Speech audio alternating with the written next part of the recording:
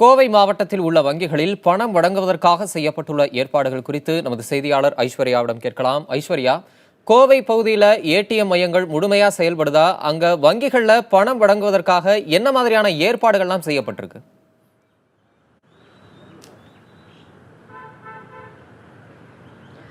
தமிழரசன் இன்று காலை முதலே பார்த்தீங்கன்னா தங்களிடம் உள்ள பழைய நோட்டுகளை மாற்றுவதற்கு மக்கள் வங்கிகளை நோக்கி வந்த வண்ணம் உள்ளனர். தற்போது நம்ம அந்த காட்சிகளை பார்த்துவிட்டே பேசலாம்.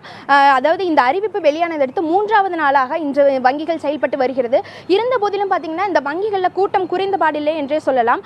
கோவையை பொறுத்த வரைக்கும் பார்த்தீங்கன்னா கோவையில் சுமார் 48 வகையான 800க்கும் மேற்பட்ட பொதுத்துறை மற்றும் தனியார் வங்கிகள் செயல்பட்டு வருகிறது.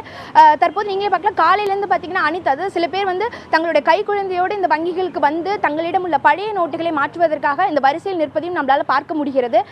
பெரும்பாலும் கோவையை பொறுத்த வரைக்கும் பார்த்தீங்கன்னா 100 ரூபாய் நோட்டுகளே வழங்கப்படுவதாக பொதுமக்கள் தெரிவித்துள்ளனர்.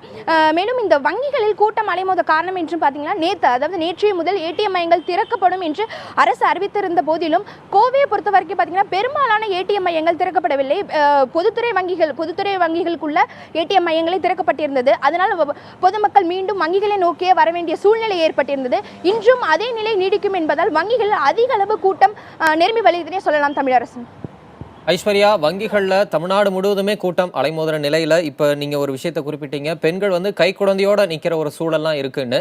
அங்க காத்திருக்கக்கூடிய மக்களுக்கு, பெண்கள், முதியவர்களுக்கு, ஏதாவது மாற்றுத்திறனாளிகள் உள்ளிட்டவர்களுக்கு ஏதாவது சிறப்பு ஏற்பாடுகள் செய்யப்பட்டிருக்கா? வங்கி நிர்வாகம் தரப்புல என்ன சொல்லப்படுது?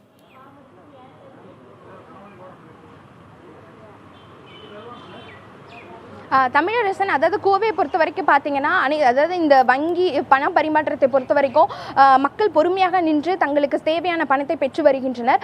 அதற்கான ஏற்பாடுகளையும் வங்கிகள் சார்பில் தெரிவிக்கப்பட்டுள்ளதாகவே நம்மிடம் தெரிவிக்கப்பட்டிருந்தது. குறிப்பாக நீங்கள் கேட்டது போல், அதாவது முதியவர்களுக்கு, மாற்றுத்திறனாளிகளுக்கு என்று பிரத்யேக ஏற்பாடு எதுவும் செய்யப்படவில்லை என்றாலும், அதாவது இந்த வரிசையில் முதியவர்கள் இல்லது மாற்றுத்திறனாளிகள், பார்வையற்றோர் யாராவது நின்றால் அவர்களுக்கென்ற தனியாக ஒரு கவனம் செலுத்தி அவர்களுக்கு தேவையான சேவைகளை பெற அறிவுறுத்தப்பட்டுள்ளதாக தெரிவிக்கப்பட்டுள்ளது. மேலும் தற்போது, அதாவது இன்று இப்பதான் வந்துட்டு 11 மணி ஆகுது. இதுக்கு இன்னும் நேரம் போக போக தான் இந்த வங்கியில் கூட்டம் இன்னும் மேலும் அதிகரிக்கும் என்றும் சொல்லப்படுகிறது. தமிழரசன்.